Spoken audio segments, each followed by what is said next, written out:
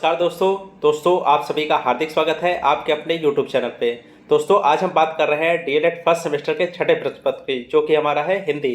तो दोस्तों आज की वीडियो में हम बात करेंगे अति लघु उत्तरीय प्रश्नों की सीरीज के बारे में। इसके पहले के वीडियो में हमने बात किया था बहुविकल्पीय प्रश्नों की सीरीज के बारे में। दोस्तों अगर आपको वो वीडियो नहीं मिल रही है तो प्ले लिस्ट पर जाकर वो वीडियो देख सकते हैं। तो दोस्तों ज़्यादा देर न करते हुए स्टार्ट करते हैं क्वेश्चन नंबर 1 से। क्वेश्चन नंबर 1, छा वर्ण किसके योग से बना है? तो दोस्तों जो छा वर्ण है किसके किसके योग से बना है? हलंत वाला का धन शा, षटकोण वाला सा इक्वल टू छा, का और शा के योग से बना है। ठीक है, अगले क्वेश्चन की बात करते हैं दोस्तों। अर्वाचीन तथा उचित का क्रमशः विलोम लिखिए। तो दोस्तों अर्वाचीन का विलोम क्या होता है? अर्वाचीन मतलब नया, प्राचीन मतलब पुराना। ठीक है, अर्वाचीन का क्या है? प्राचीन। उचित का क्या हो जाएगा? अनुचित। तो दोस्तों अगले क्वेश्चन की बात करते हैं। अग्नि, अमृत, गणेश के दो दो समानार्थक शब्द लिखिए। तो दोस्तों अग्नि का समानार्थक शब्द क्या होगा? अनल, पावक और आग। ठीक है, गणेश का क्या हो जाएगा? लंबोदर, विनायक और गणपति। अमृत क्या क्या होता है दोस्तों? पीयूष, सुधाकर और सोम। ये तीनों समानार्थक शब्द हैं। अगले क्वेश्चन की बात करते हैं दोस्तों। शब्द एवं पद से आप क्या समझते हैं? तो दोस्तों क्वेश्चन बताइए क्या है? शब्द एवं पद से आप क्या समझते हैं? तो वर्णों के सार्थक मेल को शब्द कहते हैं तथा कविता की कुछ पंक्तियों के मेल को क्या कहते हैं दोस्तों? पद या छंद कहते हैं। अगले क्वेश्चन की बात करते हैं। अंश तथा अंश शब्द का अर्थ स्पष्ट कीजिए। बहुत से ऐसे शब्द होते हैं जिनका उच्चारण स्थान तो समान होता है परंतु उनके अर्थ भिन्न भिन्न होते हैं। इस प्रकार के शब्दों को क्या बोलते हैं? समनोच्चरित भिन्नार्थक शब्द कहते हैं। जैसे अंश और अंश शब्दों के उच्चारण एक समान है परंतु अंश का अर्थ है भाग तथा अंश का अर्थ है कंधा। अगले क्वेश्चन की दोस्तों बात करते हैं। अज्ञ तथा उन्मुख शब्द का क्रमशः विलोम बताइए। तो दोस्तों अज्ञ का विलोम क्या होगा? विज्ञ, और उन्मुख का विमुख। अगले क्वेश्चन की बात करते हैं दोस्तों। शा, शा, सा, हा किस प्रकार के व्यंजन है? तो दोस्तों जिन वर्णों के उच्चारण में हवा मुख से रगड़ खाते हुए धीरे धीरे बाहर निकलती है उसमें ऊष्म संघर्षी व्यंजन कहते हैं। तो दोस्तों ये वाले कौन से व्यंजन है? ऊष्म संघर्षी व्यंजन है। अगले क्वेश्चन की बात करते हैं। भ्रंग और विटप शब्द के क्रमशः दो दो पर्यायवाची लिखिए। तो दोस्तों भ्रंग के पर्यायवाची क्या होगा? मधुप, मधुकर, भ्रमर और भौरा। क्या क्या होगा दोस्तों?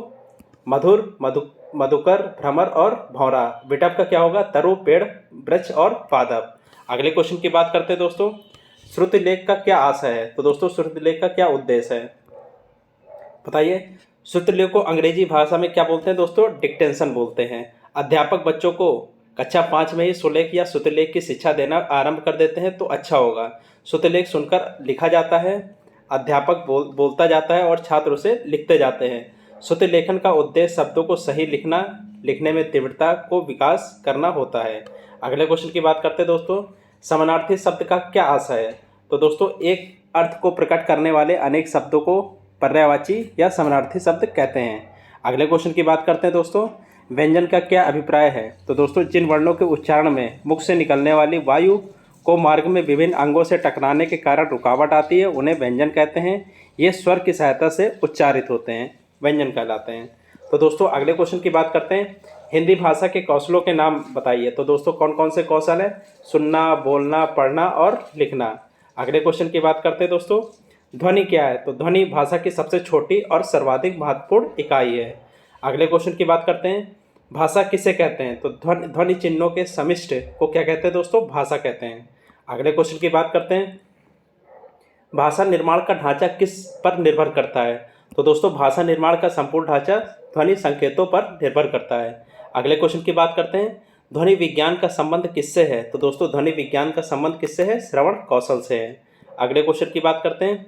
हिंदी भाषा में स्वर और व्यंजन कितने हैं? तो दोस्तों 11 स्वर होते हैं और 33 व्यंजन होते हैं। अगले क्वेश्चन की बात करते हैं। स्वर किसे कहते हैं? तो जिन वर्णों का उच्चारण बिना रुकावट मुख से निकलता है स्वर कहलाते हैं। हिंदी में आ ई उ री ए औ कुल कितने स्वर होते हैं? 11 स्वर होते हैं। अगले क्वेश्चन की बात करते हैं। व्यंजन किसे कहते हैं? ऐसे स्वर जो उच्चारण के समय ध्वनि फेफड़ों में अनुस्फुटित होकर मुख के उच्चारण स्थानों को स्पर्श करते हुए निकलती है क्या कहलाती है दोस्तों? व्यंजन कहलाती है। अगले क्वेश्चन की बात करते हैं। स्पर्शी व्यंजन किसे कहते हैं? तो दोस्तों बताइए स्पर्शी व्यंजन किसे कहते हैं? जब मुख द्वार को बंद करके खोलते हैं तो जिससे हवा उच्चारण स्थानों को स्पर्श करती है स्पर्शी व्यंजन कहलाती है।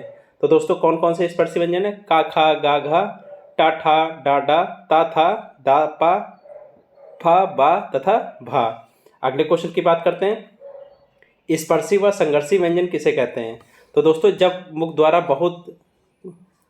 बहुत को बंद करके इस प्रकार बोलते हैं कि हवा स्थानों को रगड़ती हुई चलती है, जैसे चा छा जा छा, क्या कहलाते हैं? स्पर्शी व संघर्षी व्यंजन। अगले क्वेश्चन की बात करते हैं, अनुनासिक किसे कहते हैं? तो दोस्तों जब मुख द्वार बंद करके खोला जाता है किंतु साथ ही नासिका विविर भी खुला रहता है, जैसे अंगा या ड़ा ना मा, क्या कहलाते हैं? अनुनासिक व्यंजन कहलाते हैं।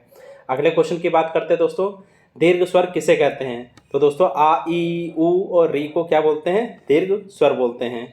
अगले क्वेश्चन की बात करते हैं दोस्तों, लुंठित या लोड़ित किसे कहते हैं? तो दोस्तों इनमें मुख द्वारा जीभ की नोक पर शीघ्र ही बंद हो जाता है और 2-3 बार खुलता है, जैसे रा। अगले क्वेश्चन की बात करते हैं, अर्ध स्वर किसे कहते हैं? तो दोस्तों इनके बोलने से मुख द्वार बहुत सकरा हो जाता है और हवा स्वर की भांति बीच से निकल जाती है, जैसे या और वा, अर्ध स्वर कहलाते हैं। अगले क्वेश्चन की बात करते हैं, अक्षर समूह का दूसरा नाम बताइए। तो दोस्तों अक्षर समूह का दूसरा नाम क्या होता है? वर्णमाला होता है। अगले क्वेश्चन की बात करते हैं, ह्रस्व स्वर किसे कहते हैं? तो ऐसे स्वर जिनके उच्चारण में कम समय लगता है ह्रस्व स्वर कहलाते हैं, जैसे आ ई उ। ठीक है। अगले क्वेश्चन की बात करते हैं दोस्तों, ऊष्म व्यंजनों की संख्या कितनी होती है? तो दोस्तों ऊष्म व्यंजनों की संख्या 4 होती है। अगले क्वेश्चन की बात करते हैं, देवनागरी लिपि की क्या विशेषता है? तो दोस्तों देवनागरी लिपि सुंदर तथा स्पष्ट है, हमारा मूल साहित्य इसी लिपि में संरक्षित है। अगले क्वेश्चन की बात करते हैं, भावों तथा विचारों के आदान प्रदान कौन सा माध्यम है? तो दोस्तों कौन सा माध्यम होता है? इसका माध्यम होता है भाषा। अगले क्वेश्चन की बात करते हैं, मनोभावों को बोलकर प्रकट करने का कौन सा माध्यम है? तो दोस्तों कौन सा माध्यम है? अगर मनोभावों को हम बोलकर प्रकट करते हैं तो दोस्तों क्या कहलाता है? ये मौखिक भाषा कहलाता है। अगले क्वेश्चन की बात करते हैं, पढ़कर तथा लिखकर विचारों का आदान प्रदान करना किसके द्वारा किया जाता है? तो दोस्तों किसके द्वारा किया जाता है? लिखकर, लिखित भाषा के द्वारा। अगले क्वेश्चन की बात करते हैं, ग्रंथ के बचे हुए अंश जो प्रायः अंत में जोड़े जाते हैं वाक्यांश के लिए एक शब्द क्या कहलाते हैं? दोस्तों ये परिशिष्ट कहलाते हैं। अगले क्वेश्चन की बात करते हैं, भाषा की 4 दक्षताएं बताइए। तो दोस्तों कौन सी 4 दक्षताएं होती है? पढ़ना, लिखना, बोलना और सुनना। अगले क्वेश्चन की बात करते हैं, भाषा के कितने रूप हैं? तो दोस्तों भाषा के 2 रूप होते हैं, लिखित भाषा और मौखिक भाषा। अगले क्वेश्चन की बात करते हैं, भाषा किसे कहते हैं? तो दोस्तों लिखकर या बोलकर समझाए जाने वाली बातें क्या कहलाती है? भाषा कहलाती हैं। अगले क्वेश्चन की बात करते हैं दोस्तों, लिपि क्या है? तो यंत्रांशिक वर्ण प्रतीकों की परंपरा भाषा को दृश्य रूप में स्थायित्व प्रदान करना क्या कहलाता है? लिपि कहलाता है। अगले क्वेश्चन की बात करते हैं दोस्तों, पर्यायवाची या समानार्थी शब्द किसे कहते हैं? तो दोस्तों एक सा अर्थ प्रकट करने वाले अनेक शब्दों को समानार्थी या पर्यायवाची शब्द कैसे कहते हैं? जैसे जल को नीर, वारी, पानी आदि नाम से जाना जाता है। अगले क्वेश्चन की बात करते हैं, कृष्ण का पर्यायवाची क्या है? तो दोस्तों कृष्ण का पर्यायवाची क्या होता है? ये जनार्दन होता है। अगले क्वेश्चन की बात करते हैं, विलोम शब्द किसे कहते हैं? तो विपरीत अर्थ देने वाले शब्दों को क्या बोलते हैं दोस्तों? विलोम शब्द बोलते हैं। अगले क्वेश्चन की बात करते हैं, अर्वाचीन और उचित शब्द का विलोम बताइए। तो दोस्तों अर्वाचीन का विलोम क्या होगा? नवीन, और उचित का विलोम क्या होता है? अनुचित। अगले क्वेश्चन की बात करते हैं, यश तथा भास्कर के पर्यायवाची बताइए। तो दोस्तों यश का पर्यायवाची क्या होगा? कीर्ति हो जाएगा, और भास्कर का पर्यायवाची सूरज हो जाएगा। तो धन्यवाद दोस्तों, अगर आपने चैनल को सब्सक्राइब नहीं किया है तो चैनल को सब्सक्राइब कर लीजिए, लाइक कर दीजिए, कमेंट कर दीजिए तथा अपने सभी दोस्तों को शेयर कर दीजिए। तब तक के लिए दोस्तों धन्यवाद।